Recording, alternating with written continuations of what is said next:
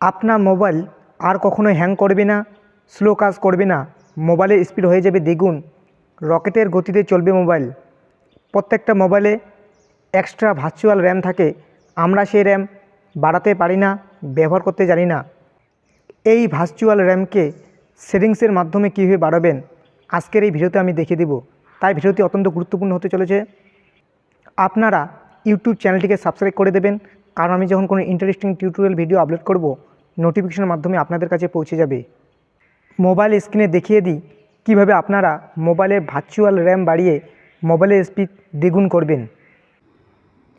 আপনারা প্রথমে মোবাইলের সেটিংটি ওপেন করবেন। এটা আমি রেডমি মোবাইলের ক্ষেত্রে দেখিয়ে দিচ্ছি। সেটিংটি ওপেন করার পর উপরে সার্চ বারে সার্চ করবেন মেমোরি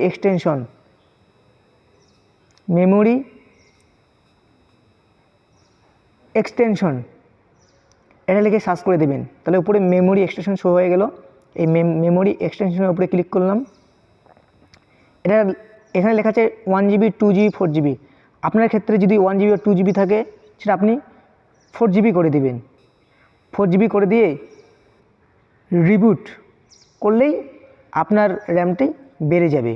সেটা আপনার ক্ষেত্রে 5GB 6GBও থাকতে পারে, সেটা আপনার মোবাইলের উপর নির্ভর করবে। ঠিক আছে, এইভাবে আপনি খুব সহজে আপনার মোবাইল ফোনে র্যাম বাড়িয়ে নিতে পারেন। এবার ওপো মোবাইলে আপনারা কীভাবে র্যাম বাড়াবেন তার জন্য ওপো মোবাইলের সেটিংটি ওপেন করবেন। সেটিংটি ওপেন করার পর নিচে একটা অপশন পাবেন অ্যাবাউট ডিভাইস। এই অ্যাবাউট ডিভাইসের উপরে ক্লিক করবেন। তারপর নিচে একটা অপশন পাবেন র্যাম, এই র্যামের উপরে ক্লিক করে দেবেন। এখানে একটা অপশন পাবেন র্যাম এক্সপ্যানশন, এটা অফ করা আছে, এটাকে আপনারা অন করে দেবেন।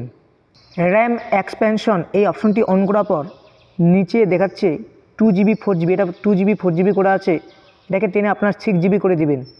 6GB করার পর নিচে একটা অপশন পাবেন রিবুট অথবা রিস্টার্ট।